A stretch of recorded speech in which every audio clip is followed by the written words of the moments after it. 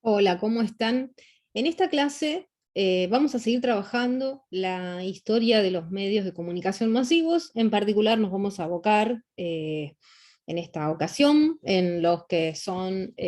medios asociados a la voz, llamados por algunos autores sonidos de largo alcance, que, bueno, están relacionados en particular también con esta idea de pensar a los medios como tecnologías de comunicación. Vamos a comentar para iniciar esta clase algunas de las ideas que propone Solapul, Itiel Solapul en el capítulo 2 del libro de Williams, Historia de la Comunicación. Vamos a repasar algunas ideas, pero antes que nada vamos a hacer una aclaración que tiene que ver con que estamos trabajando los medios en virtud de algunos aspectos que los relacionan con las innovaciones y con los usos, pero no en forma cronológica. No estamos pensando los medios en cuanto a su orden de aparición, porque ahora vamos a trabajar, por ejemplo, algunas cuestiones asociadas a las innovaciones vinculadas al sonido, en un contexto en el que ya el cine también comenzaba a su desarrollo, etcétera, ¿no? En un contexto en el que estaban coexistiendo. Nos vamos a abocar entonces de manera casi temática para pensar algunas ideas que propone Solapul en el contexto del libro de Williams, del cual ustedes ya están leyendo algunos capítulos. Leyeron un capítulo en particular que habla de las tecnologías de comunicación como instituciones sociales que van a generar instancias de institucionalización, en el caso del cine vinculado al arte, en el caso del fonógrafo vinculado a las mejoras técnicas de lo que había sido el telégrafo. Y entonces vamos a ver cómo además esas tecnologías de comunicación pensadas como instituciones sociales se relacionan con otras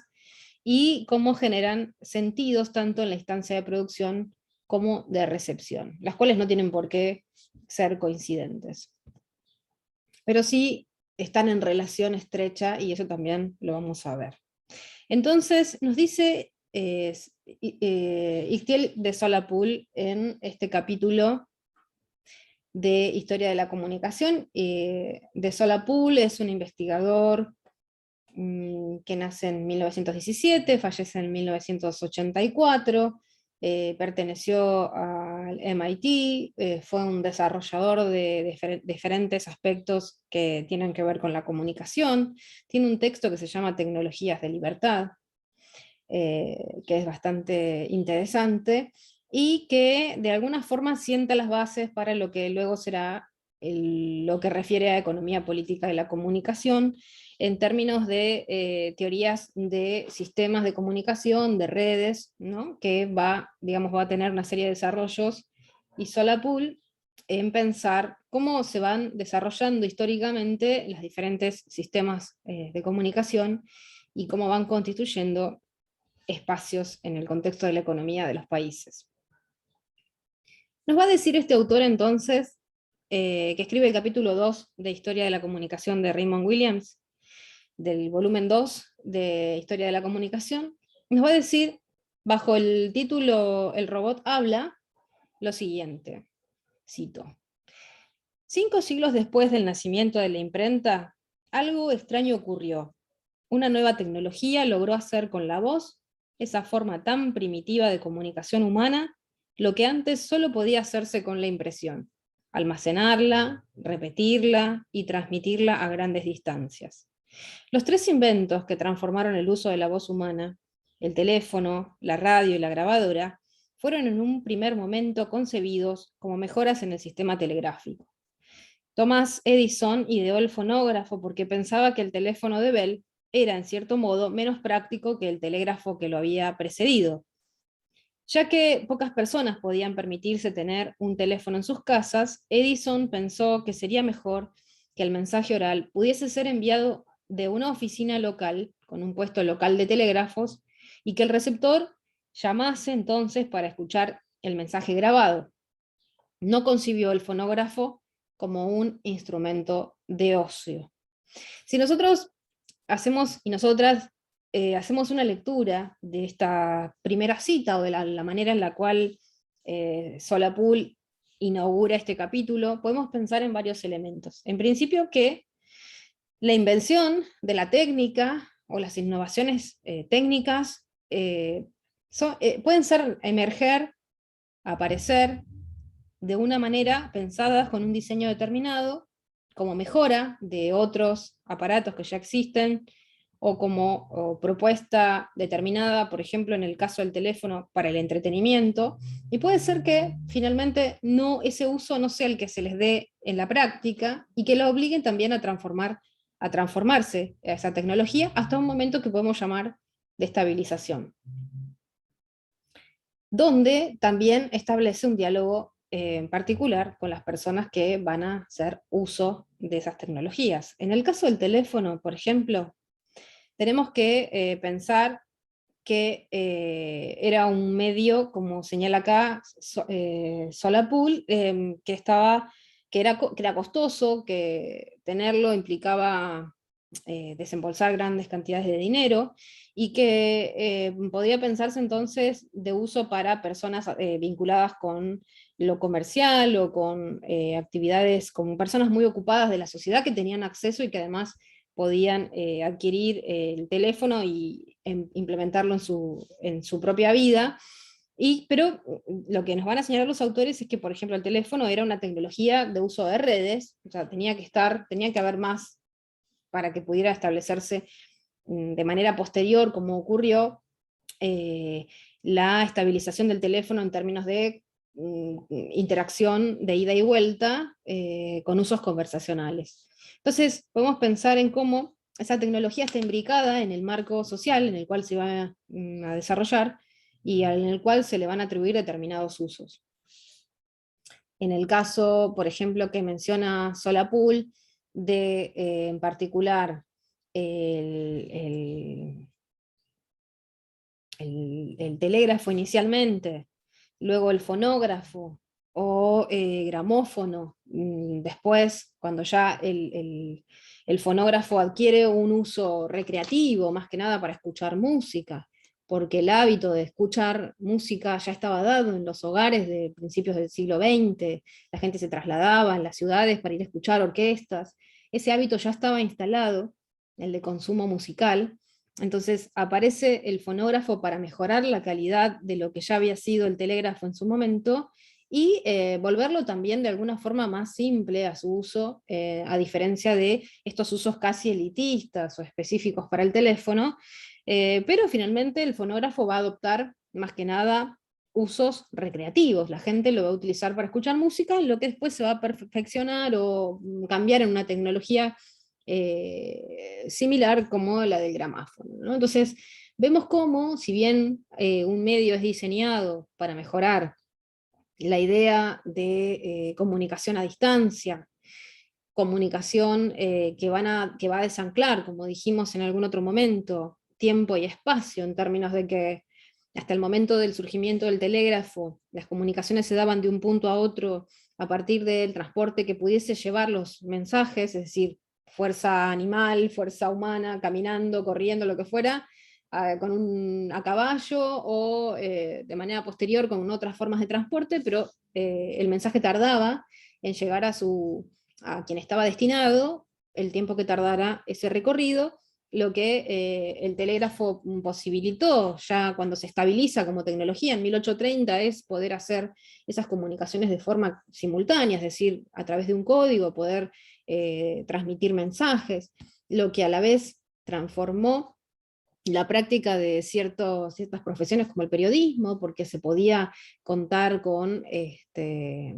información de otros lugares para poder complementar la propuesta informativa del día. Lo mismo genera que aparezca la profesión del telegrafista, que es quien maneja técnicamente y los códigos específicos en los cuales se va a transmitir información, para mejorar esa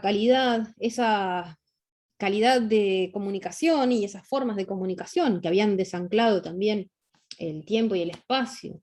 en términos de que podía establecerse una comunicación con personas que estuvieran en otros puntos o alejados, Aparece entonces el fonógrafo de Edison, que permite grabar en unos discos, en unos cilindros, la voz humana y mejorar, en lo que en su momento Edison piensa es una forma más simple que la del telégrafo, porque va a permitir que las personas graben su voz y vayan otras a las oficinas de recepción a escucharlas, y viceversa. Sin embargo, ese uso no es el que finalmente se le da al fonógrafo. Y bueno, el teléfono en su momento también es adquirido como un medio en el cual se espera que poder transmitir música a través de los teléfonos para que las familias pudieran escucharlo, y sin embargo, finalmente el teléfono lo emplea quienes pueden acceder a él con el pago del dispositivo, a medida que van creciendo las redes telefónicas, y también o por ejemplo, para llegar desde las ciudades a los ámbitos rurales, pero también el teléfono finalmente no va a ser el dispositivo, el artefacto que va a llevar música a los hogares, sino que va a terminar siendo una tecnología conversacional, relacional, que va a permitir comunicar un punto con el otro, ida y vuelta, ¿no? Entonces, en términos de periodos, tenemos ahí primero el telégrafo, que empieza a desarrollarse como experimento, digamos, técnico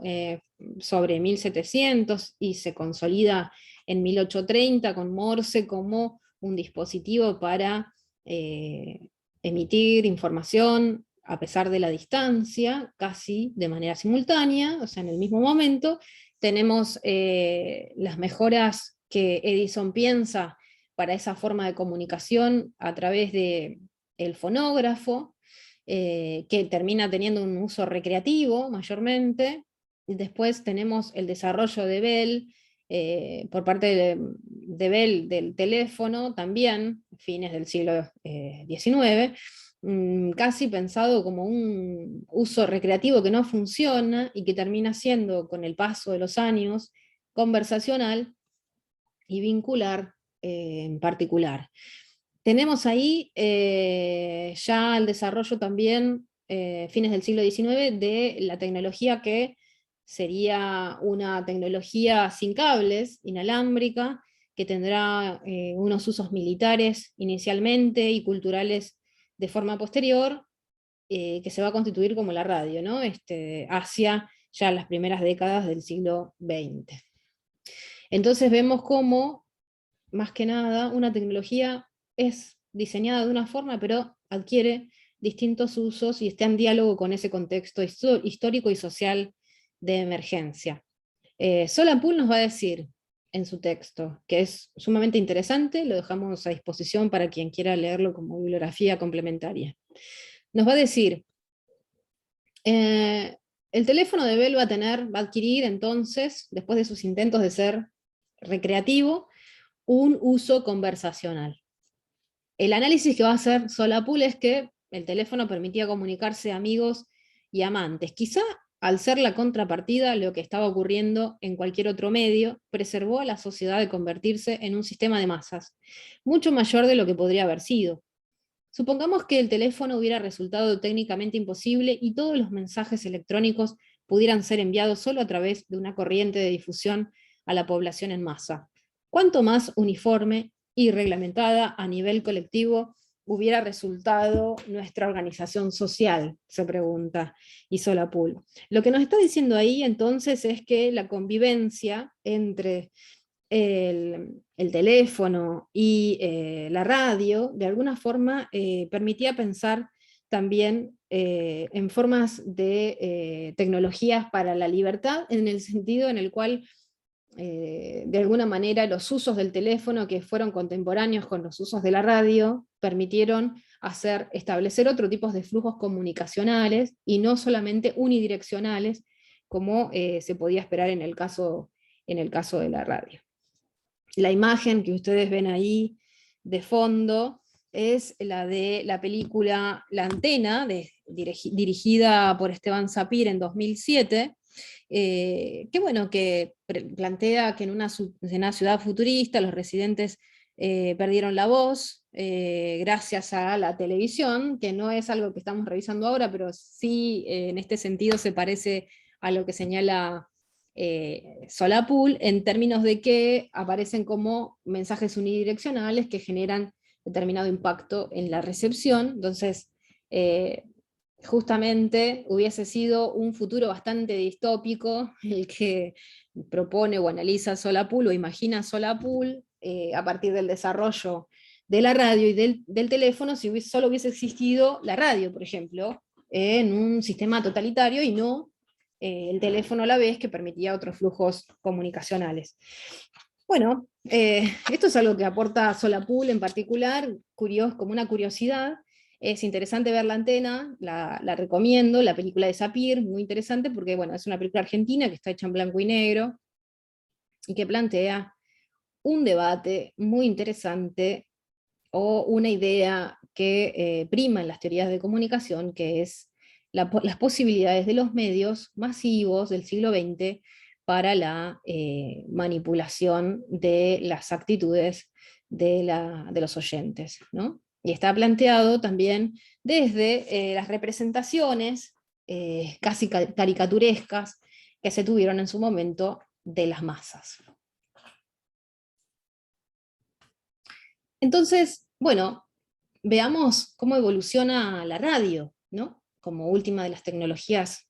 a las que hacemos mención en este contexto de pensar a los medios vinculados a la voz o, los sonidos, o a los sonidos de largo alcance. Por un lado, bueno, recordamos que la historia de los medios implica conocer algunos aspectos técnicos, pero también algunos usos específicos sociales que se atribuyeron a esos medios. Tenemos ahí en el gráfico a la radio galena, que es una radio que antecede a la radio de transistores, como una forma de tecnología muy rústica. Incluso, bueno, esa imagen permite ver que se podía fabricar muy fácilmente la radio galena, y esto también de alguna forma se asocia a los bajos costos que implicaba tener una radio, pero aún así esto no presupone que la radio llegó a los hogares de los distintos países en estas primeras décadas del siglo XX, de igual manera, sino que fue dándose de manera diferente en virtud de lo que siempre hablábamos y charlamos, que tiene que ver con asimetrías en cuanto al acceso. Entonces, bueno, por un lado tenemos acá a una telegrafía sin hilos, así fue llamada en principio la radio, inicialmente, y sus usos tuvieron que ver con transmitir a distancias mensajes de comunicación de forma inalámbrica. También en relación con su emergencia y el comienzo de sus usos técnicos, aparece ahí como referencia contextual la Primera Guerra Mundial, en el cual, bueno, por eso mismo hay una asociación entre uso de la radio y el uso con fines militares. Luego tenemos una radio que aparece como transmisión broadcasting a partir de esa primera transmisión histórica de ópera Parsifal de Wagner en Argentina, el 27 de agosto de 1920, con esa primera difusión, ¿sí?, que se inscribe en la historia como masiva y que al parecer recibieron 50 personas, alrededor de 50 personas, pero de todas maneras sentando precedentes como el inicio de la radio de transmisión broadcasting. Pensemos en una radio donde la programación se haría años después en vivo, ¿no? Con un sistema de estrellas específico creado para la radio, que provenían del cine, del teatro, de la música. Y también pensemos ya sobre los años 30 en la expansión de creación de emisoras, en la expansión técnica, en la creación de emisoras privadas y también estatales, ¿no? En principio Radio del Mundo, como gran emisora y referencia histórica de la radio en Argentina. Y luego ya la radio pensada como medios de masas con géneros propios, específicos, vinculados bueno, a las variedades, a los informativos, a los radioteatros, a las serialidades. en términos también pensados muy similares a lo que nos contaba el texto de Sarlo con relación a las revistas románticas, las revistas que también colaboraban con la alfabetización de los lectores, con también la constitución, la institucionalización de las formas de financiamiento a través de la publicidad, ¿no? Que aparecen ahí, incluso con los nombres, poniéndole nombre a los espacios radiales dentro de la parrilla de programación, como Teatro Palmolive, La Hora Genial, y otras formas, y otras revistas, por ejemplo la revista Dislocada, como programas muy, muy conocidos en la historia radial argentina. Ya es entonces entre la década de los 40 y hasta, yo diría, los 60, luego de la aparición de la tele en los 50, la radio comienza a tener un declive en cuanto a su audiencia y también experimenta un periodo de transformación que va a continuar y que se va a renovar luego en los 90 con la aparición de Internet y en los 2000 con la digitalización de su programación y de sus propuestas. Entonces, hasta llegar al día de hoy que tenemos radio que podemos ver en YouTube, ¿no? Muy, muy interesante. La evolución, digo, de este medio. Podremos discutir entonces en otro momento, ¿no? Si se da el fin de la radio, como fue llamado también, desde incluso autores de investigación de la comunicación, o podemos charlar sobre lo que señalan estas teorías en términos de evolución de los medios y su transformación a partir de la existencia o coexistencia con otros. Entonces, en síntesis, una idea que me interesa que puedan recopilar es que las teorías de comunicación no pueden ser pensadas de forma aislada. Las teorías de comunicación no pueden ser pensadas solo como técnica, dijimos en algún momento, tampoco pueden ser pensadas, por tanto, en forma aislada, sino a partir de marcos de producción, marcos de aplicación y formas de uso de esa tecnología, con representaciones tanto en la instancia de producción como de recepción, ¿no? Con creación de sentidos acerca de esas formas de comunicación en esas dos instancias del proceso comunicativo. Con relación a la simetría, o lo que hablábamos como formas de acceso, un cuadrito interesante es este, que es de Tudex y Albert, que nos va a contar un poco cómo en las diferentes, en distintos momentos de la historia de la radio, hubo diferentes tipos de llegada, de acceso, tanto en términos de creación de emisoras como en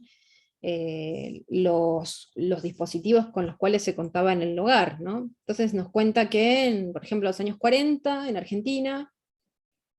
la mayoría de los hogares tenía una radio, mientras que en otros lugares del mundo había menos de 30 radios por cada 1000 habitantes. O sea, fíjense que había una desigualdad en cuanto a la distribución de los aparatos para la práctica de escucha. Por otra parte, Asia fue uno de los continentes que menos acceso tuvo, finalmente ya en los 40 Japón tenía algo más de 5 millones de radios, pero aún así había un retraso en cuanto a la escucha de radio en Asia. Y así nos va dando diferentes cifras. Por ejemplo, sobre 56,7 millones de receptores en el mundo, 27,5 y 22,9 estaban distribuidos en Europa y Estados Unidos. Entonces pensemos Europa, Estados Unidos, América Latina como lugares donde la radio llegó con mayor rapidez a los hogares y no así en otros lugares del mundo. Y también pensemos en términos de otros usos o otras planificaciones de uso por parte de la producción, en términos de que tanto en Alemania como en Rusia la radio fue utilizada con fines políticos, ¿no? También como instrumentos de propaganda específica en el contexto de las segundas guerras mundiales, ¿no? De la Segunda Guerra Mundial, perdón. Entonces tenemos ahí diferentes usos, diferentes finalidades, o diferentes perfiles de la radio, si se quiere. Pensemos también en una radio que era puramente comercial, en el caso de Estados Unidos, que tenía contenidos, o que empezó a desarrollar contenidos a la par del financiamiento de esos programas, entonces buscaba la satisfacción de las necesidades del público, mientras que Inglaterra tuvo otro tipo de perfil, más vinculado a lo educativo, a lo creativo, y Alemania, Rusia, como les decía, tenía un desarrollo de propaganda estatal mucho más rígido en cuanto a la construcción de la programación de la radio. Entonces, como medio, pensada como medio de comunicación, la radio va a tener un primer momento de uso técnico, de comunicación marítima, de la marina mercante, como veíamos, y ya para 1920 en adelante va a haber un desarrollo que va a estar abierto a determinados radio oyentes que van a tener acceso a los radioaficionados al uso de la radio para, digamos, de alguna forma experimentar con el uso de los sonidos y la posibilidad de comunicarse entre sí, y van a estar entonces asociados y van a tener el beneficio de poder tener radios como una forma de experimentación de su uso para encuentro y diálogo con otros, en términos de calidad de esa comunicación, en términos de posibilidades, ¿sí? Y también eso va a significar, piensen ustedes, que una forma de experimentación colectiva muy interesante, pero siempre vinculada de alguna forma a lo técnico. Estas historias las cuenta Sarlo también en un libro que se llama La imaginación técnica, ¿sí? En uno de los capítulos cuenta cómo era la cultura de los radioescuchas, de los radioaficionados, que además podían establecer comunicaciones y también desarrollar su propia cultura, en términos más que nada del uso de la radio como un instrumento para vincularse, estando en distintos lugares, pero con finalidades no recreativas o no culturales, sino más que nada técnicas. Tenemos a la vez la idea de que los contenidos de la radio se fueron desarrollando de manera posterior. Williams va a señalar que a partir de los 30 se produce una segunda fase de la radio, si se quiere, donde aparecen contenidos específicos, lo que después, de manera posterior, se va a traducir en géneros específicos, géneros discursivos radiales, ¿no? A eso me refería. Entonces tenemos, a partir de esa segunda fase, a partir de 1930 en adelante, una transformación cultural de diálogo, recordemos esta idea de la producción y de la recepción en diálogo, de diálogo con los oyentes. Vamos a apuntar de los autores una cuestión que tiene que ver con que cada vez que aparece una innovación, esa innovación se va a traducir también en una necesidad de creación de un posible usuario de esa innovación. Pensemos en cómo Jobs presenta su iPad, ¿no? En las películas o en la misma vida de lo que fue Jobs, pueden buscarlo, cómo Jobs presentaba, cómo Apple presenta sus productos al mundo, cómo piensa en términos de que una innovación implica también crear a ese posible usuario de esa innovación. Encontrar esos usos es clave también para el auge de esa innovación tecnológica. Entonces tenemos ahí, de alguna forma, que era necesario crear al oyente de una radio cultural. No así de una radio técnica que ya tenía un sistema en red de personas que se comunicaban a través de los sonidos, sino ya una radio como un medio de comunicación, entre comillas, masivo, que iba a comunicar a grandes públicos una programación determinada. Entonces, en principio emerge el descubrimiento técnico, no así ese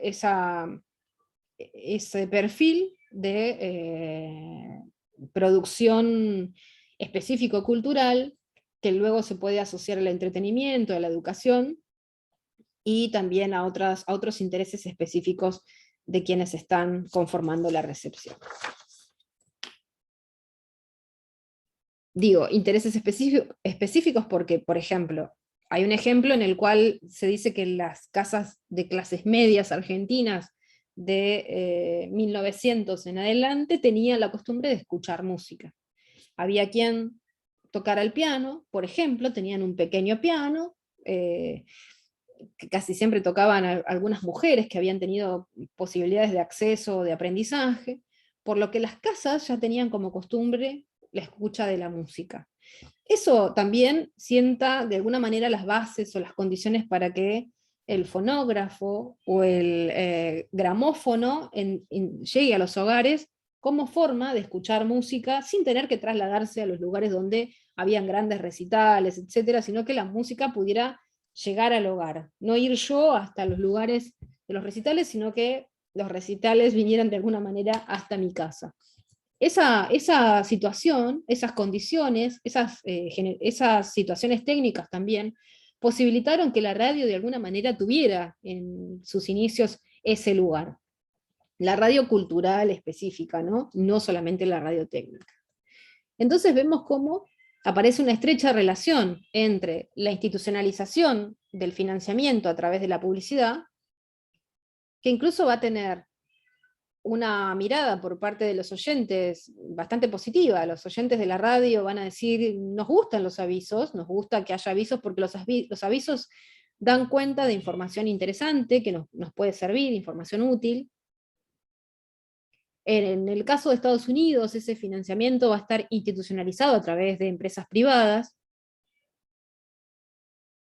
En Argentina va a ser de igual manera, con algunas excepciones concretas de intervención por parte del Estado, en situaciones también muy específicas, por ejemplo, en situaciones de intervenciones militares o discursos, en el caso de Perón, por ejemplo, concretamente, de cadenas específicas, de cadenas de transmisión. Y por otra parte, va a haber una relación entre las formas de financiamiento y de establecimiento de la publicidad y una relación de la institución tecnológica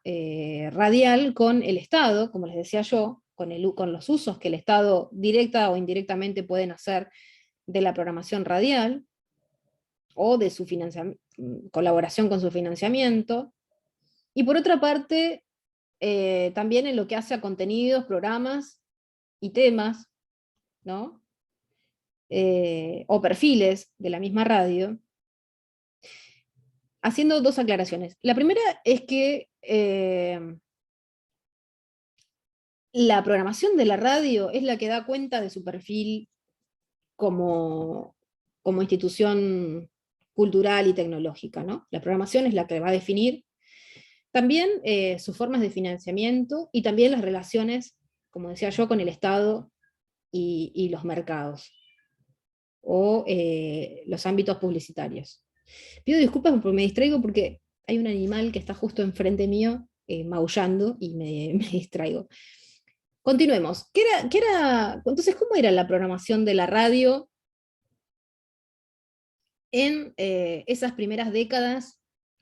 que potenciaron también el auge de escucha de la radio sobre los años 30 y 40? Bueno, en principio, la programación que tenía, miremos esta parrilla, tenía música, habían orquestas, la radio en principio fue en vivo, hasta que después se posibilitó las grabaciones y los enlatados. En principio había música, habían programas de entretenimiento, de variedades, programas infantiles que estaban de alguna forma pensados, esta parrilla estaba pensada de alguna forma en relación estrecha con los horarios de las familias. Por ejemplo, a la media tarde los niños tenían programaciones que se asociaban a que estaban tomando la merienda, entonces tenían programas de aventuras, ¿sí? Luego va a haber radionovelas, radioteatro, vinculados a un público femenino o adolescente que va a estar atenta a la escucha y que va a hacer, por lo general, antes o después de la cena. ¿Sí? La radio no va a interrumpir momentos de reunión familiar o de quehaceres familiares específicos, ¿no? Va a tratar de encajar esta parrilla en relación con las actividades que tienen en colectivo sus oyentes. Y por otra parte, bueno, también van a haber transmisiones deportivas, una transmisión de peleas, de box, de fútbol. servicios informativos, noticieros, programas, previsiones meteorológicas, contenidos políticos. Bueno, lo que es servicios informativos, el género periodístico se va a ir ampliando, afilando, mejorando, van a haber cortinas de informativos, van a ir cambiando. Y también contenidos políticos en términos de entrevistas a políticos, boletines de gobierno y, como yo les decía, cadenas nacionales que va a implementar Perón. Hay una entrevista en uno de los textos que ustedes tienen que leer, en particular de Castiglione, de 2013, que recopila historias orales de la historia de consumo de medios, de la recepción de medios, y hay una fuente, una persona entrevistada que cuenta cómo se vivía grandes cadenas o cadenas de radiales o discursos de Perón, incluso en determinadas actitudes o diferencias familiares que se generaban a partir de esa experiencia de escucha radial. Y finalmente también tenemos contenido religioso que algunos autores van a incluir dentro de lo que es contenido político, pero que tenía que ver también con la crítica de la radio, con una crítica moral por parte de la religión, de la misma radio o de otros contenidos de la radio, y con la necesidad de uso de la radio para extender la propia ideología, ¿no? Va a haber también detrás de la producción un interés político muy fuerte por parte de la religión católica, por ejemplo, en el desarrollo o en la formación de comunicadores y comunicadoras en la historia posterior de Argentina y de América Latina. Es muy interesante, y también, bueno, van a aparecer junto con estas programaciones, con estas parrillas, en distintas instancias de América Latina y de Argentina, otras formas también de radios populares y comunitarias que van a tener, como ustedes saben, otras programaciones. En los años 50 va a aparecer el televisor, la televisión, y también sobre finales de los 40, otras formas de escucha con cambios en el dispositivo radio que van a permitir hacer una escucha más individual y no tan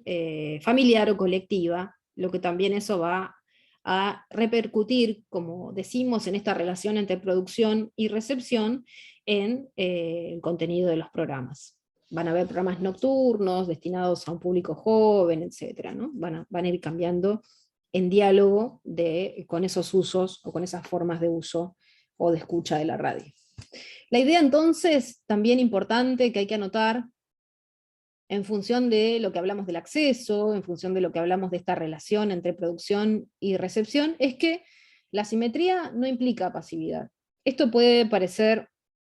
es una idea que ustedes pueden llegar a encontrar en textos de la teoría de la comunicación, en términos de que cuando se piensa en términos de masa, o al público a partir de pensarla como masa, podría haber está sobreentendido que hablamos de personas que tienen una actitud pasiva con relación a los medios de comunicación. Pero esto no es así. Lo que nos va a transmitir o a enseñar los estudios culturales es que esto nunca es así, como también la producción de un mensaje o lo que piensa la producción en términos de cómo voy a elaborar un mensaje o cuál va a ser el modo en el que voy a destinar ese mensaje a la recepción, no implica que la recepción lea justamente de esa misma manera, esperable, así como fue elaborado el mensaje o como está dirigido de alguna manera, no tiene por qué ser leído de esa misma manera, puede ser leído de una forma crítica, irónica, identificatoria de otros sentidos que no son los que prioriza la producción. Entonces podemos ver que en la instancia de recepción no necesariamente podemos pensar en pasividad. ¿En qué podemos pensar? ¿En qué tipo de prácticas culturales o de experiencias podemos pensar entonces que ocurre en la recepción? Bueno, un lindo ejemplo para mirar, que yo se los voy a dejar de tarea, es mirar Días de Radio de Woody Allen de 1987, porque ahí tenemos todos los ejemplos posibles, tenemos los ejemplos de qué tipo de programas tenía la radio en sus primeras décadas, programas de producción en vivo,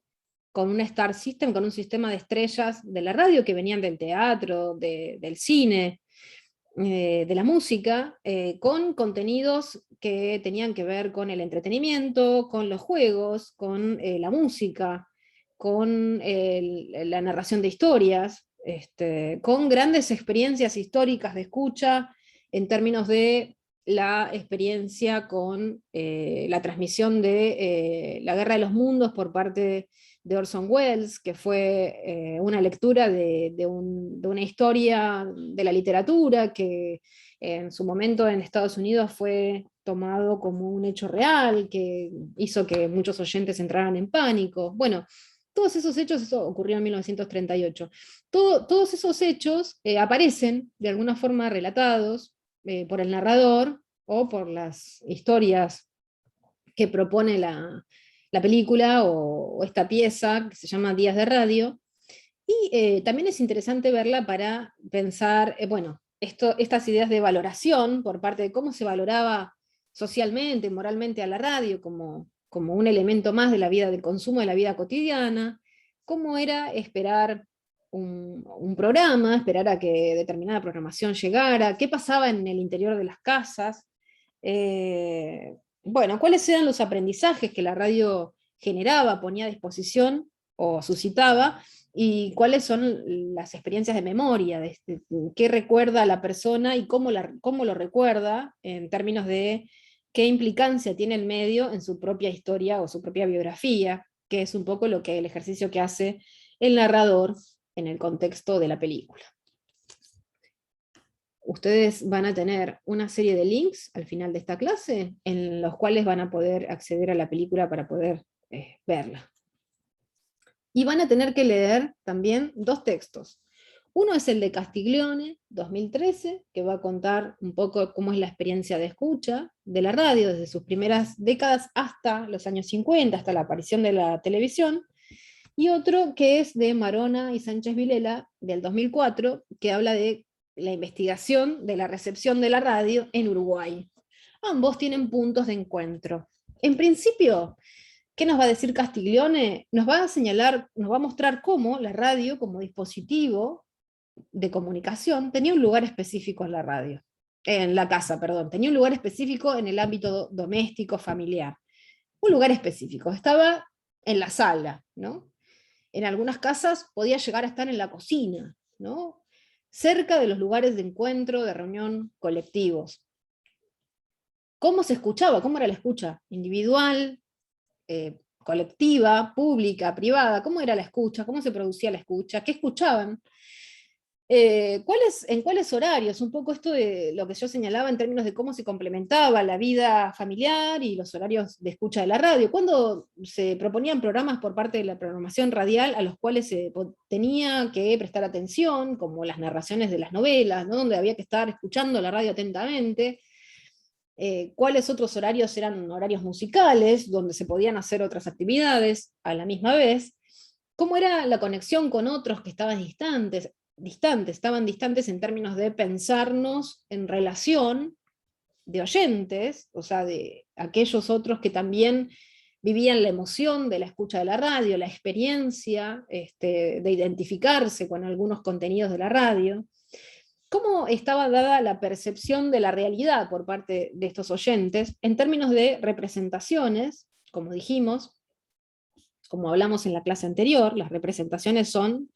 no el objeto en sí mismo, sino las huellas de ese objeto, es decir,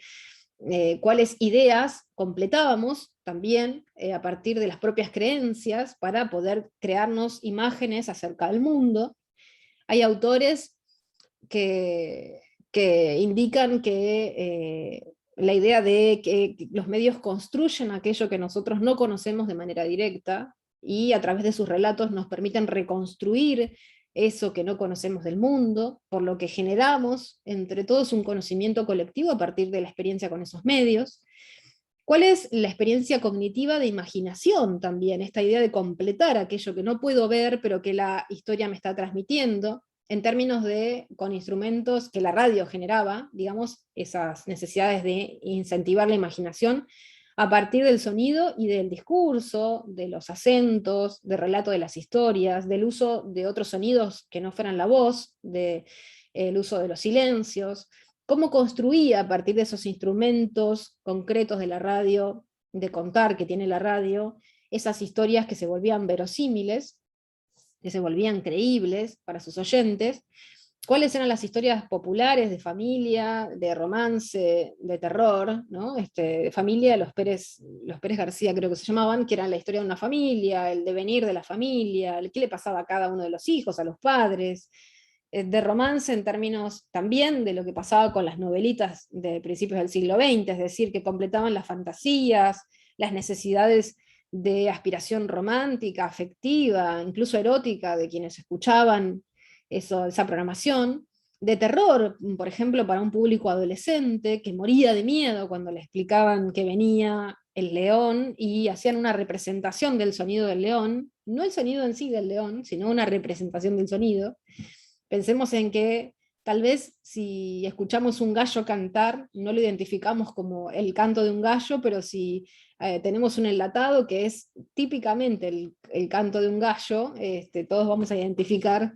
a ese ave, digamos, o sea, el sonido creado era mejor que el sonido real para esta creación de historias y representaciones.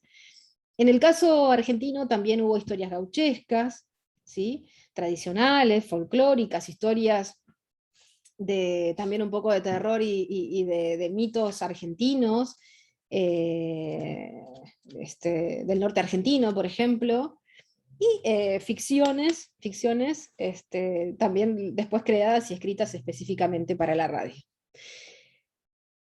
Un referente de esta recopilación de historias es Leonardo Fabio. Hay un libro, que es ese que está ahí, que se llama La memoria de los ojos, que analiza una a una las películas de Leonardo Fabio en términos de que era un autor que tomaba historias de la cultura popular,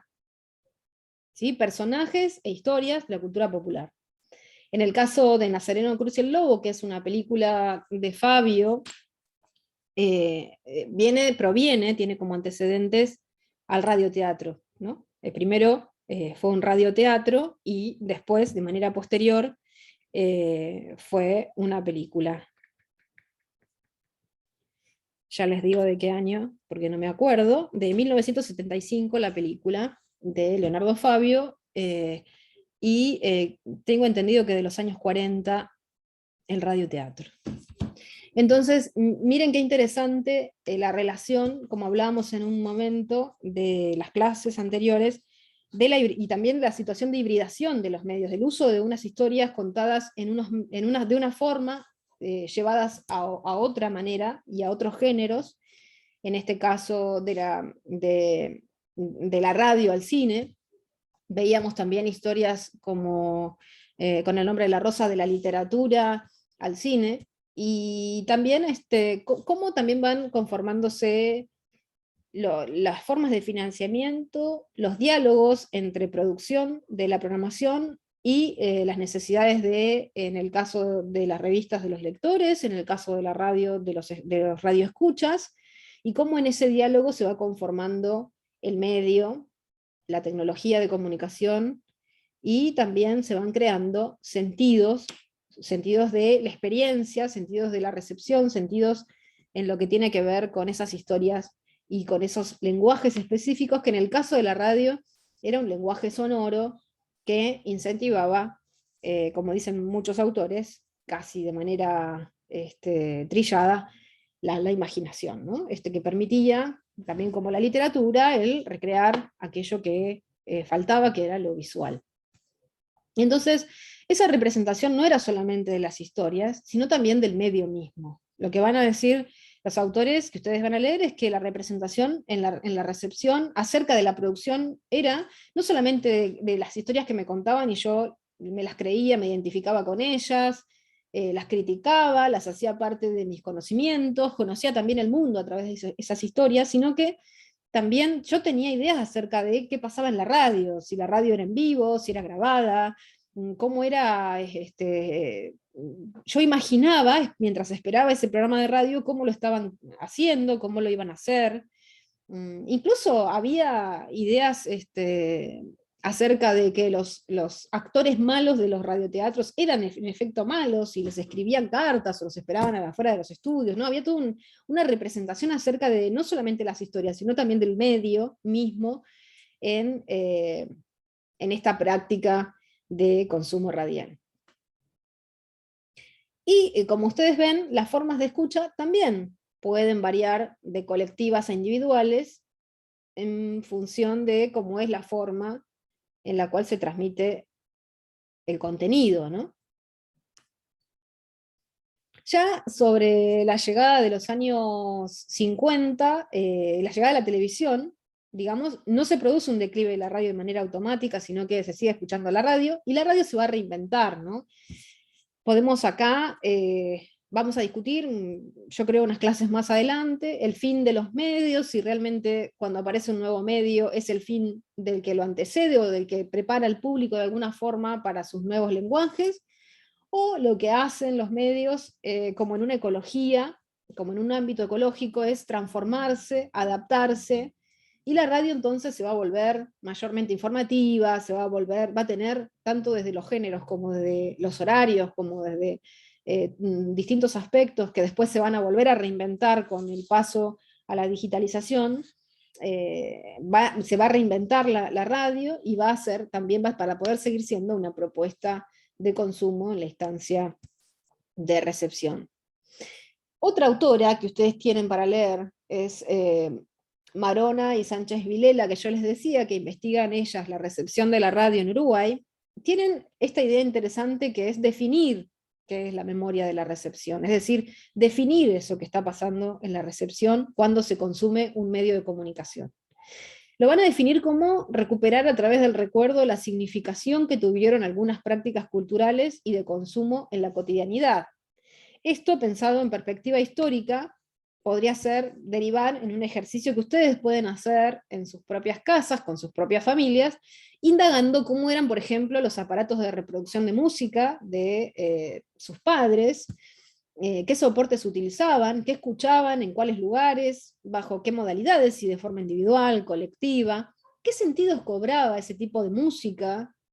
para su desarrollo o identificación como jóvenes, por ejemplo. ¿Qué imaginaban al escuchar esa música? ¿Qué imaginaban al escuchar la radio, por ejemplo? Es un ejercicio muy interesante para recrear esa experiencia que las autoras llaman memoria de la recepción. A eso también nos referimos cuando hablamos de fuentes, para pensar los medios que vamos a investigar, de dónde podemos sacar fuentes, y muchas veces si se puede, de las fuentes orales, así a través de entrevistas en las cuales podamos hacer este tipo de preguntas. Y finalmente les dejo una lista de links para que ustedes puedan indagar acerca de los comentarios o de los hechos que yo fui comentando muy rápidamente. En principio tienen ahí un documental, una explicación acerca de qué era la Guerra de los Mundos que yo comenté, de Orson Welles. También tienen la película, si copian el link y lo pegan en su navegador, pueden acceder a Días de Radio y descargárselo con subtítulos. También tienen ahí 100 años de la radio, la historia de la radio argentina, contado por la televisión pública. Creo que son tres capítulos que pueden ver, son muy interesantes, contadas por los mismos protagonistas, locutores, personas de radio que marcaron realmente a la historia de la radio argentina. Después tienen una radionovela, ¿sí? Una versión actual del uso del género de radionovelas para contar una historia como la migración de argentinos en el contexto de dictadura a México. Bueno, eso fue una experiencia realizada por la Universidad Nacional Autónoma de México. Búsquenla, mírenla, escúchenla, mejor dicho, está en ese archivo